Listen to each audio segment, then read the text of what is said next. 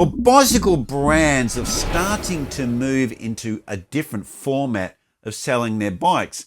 And we're seeing, I've done a video on this before, one where, well, I only mentioned one of the concepts, but there seems to be another concept that the big brands are really moving into.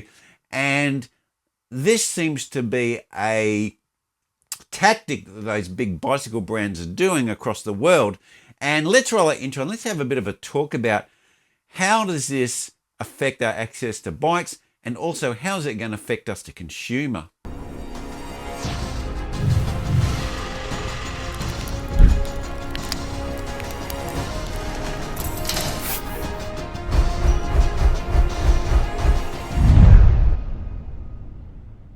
Well, the previous video I did was about Specialized, and Specialized now are moving away from having shops that sell Specialized and either giving them less money, or they're moving to a direct-to-consumer model where they can pay to have the bike delivered to them and also assembled and delivered to them at their home, so they've got a brand new bike all ready to go. And Specialized are already offering that model, and other brands like Ventium and Canyon also offer that model.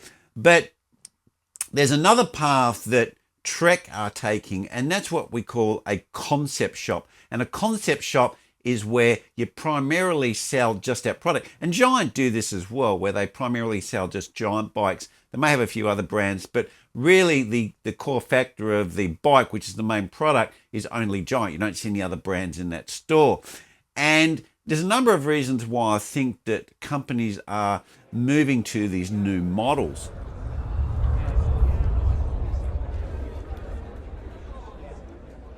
Now, I think the main reason is, and some people have indicated this on previous videos in the comments, so it's really nice of them to offer that information. And where I see that they're trying to head their marketing department is away from offering products that are sitting next to each other in the shop. So if you see X brand or A brand and then X brand, then you might see A brand and that might have a ticketed price of just say 5,000, and then you see X brand and that brand has a ticketed price of 4,000 and it has similar componentry, and you compare in shop and you can take them both for a ride and you can go, oh, well, I like the cheaper one better, it seems to ride just as good, I'm going to buy that one.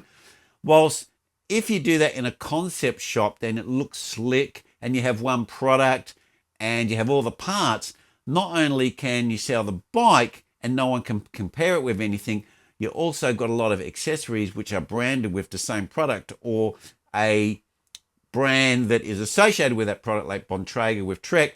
Then you can sell all of the products to the customer and they can't see any other brand in store. Yes, they can go shopping and go to other stores, but what they're trying to do is limit those other stores and buy them out or close them down. And that seems to be the idea of what they're doing.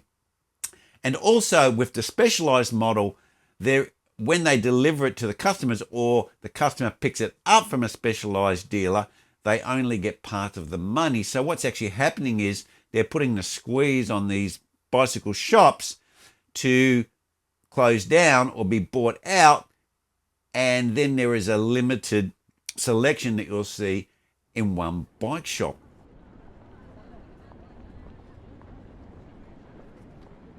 So what could be driving this move in current times in the last 2 to 3 years, these new concepts?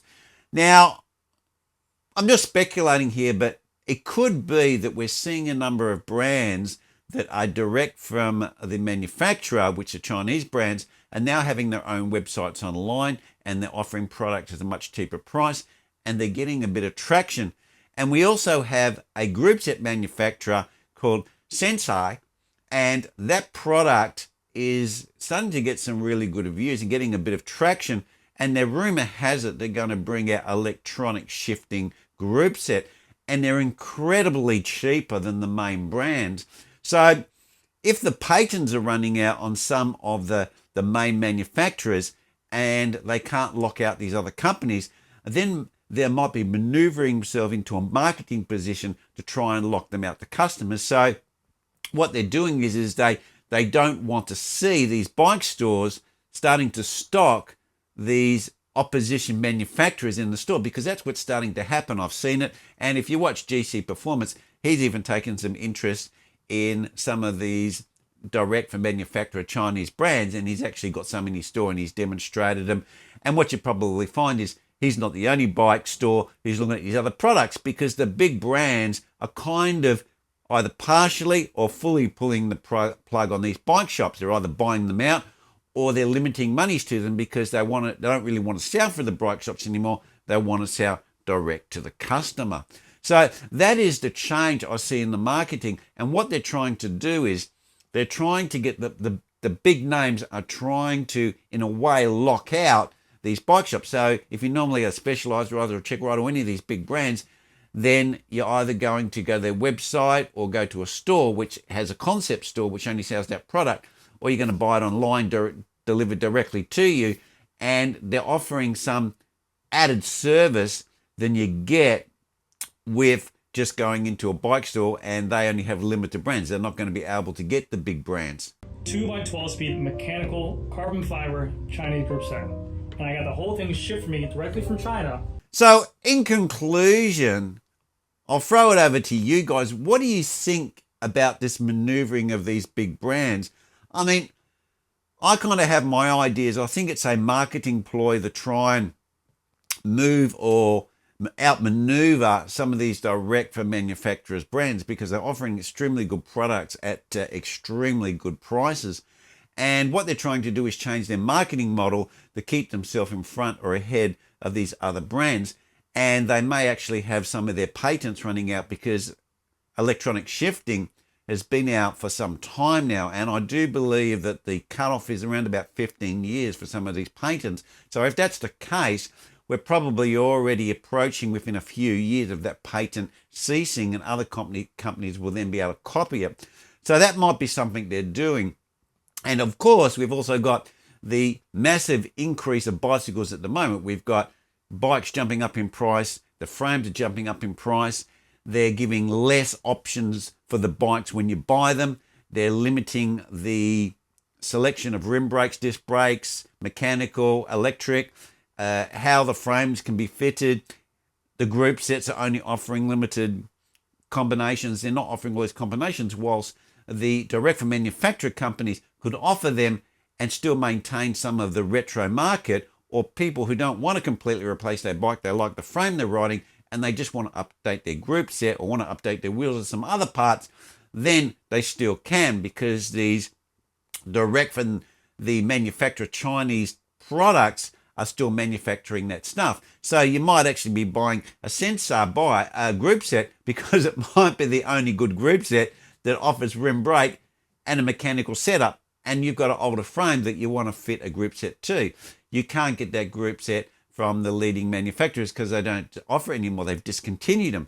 So this may be the reason why these big names are trying to maneuver and trying to say, hey, look, our products are a little bit more slick, they're a little bit more elite. We either have concept shops or we bring them to your home, and we have a technician who will probably be wearing a very nice branded outfit, come and with his little screwdrivers and that, set up your bike for you, and you just grab the handlebars, it's ready to ride. So it's a ready to ride to the customer format, or it's a one design product from a store to the customer. So they haven't got the selection in store so you can choose. It's like you walk into the store and all you see is Trek bikes. And that's actually happening here in WA. And one particular brand of cycling store has been bought out by Trek. So those stores now are not existent, and they offered a number of different services. Now the only services you're going to get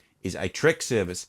So guys, you tell me what you think of this. Do you think this is a good idea the manufacturer is doing? Do you think that this direct to the customer or these concept stores give some advantage? And I can see how they can be attractive to a number of riders, but there's also a downside to this, and I think it's all about marketing and maneuver themselves in the marketplace.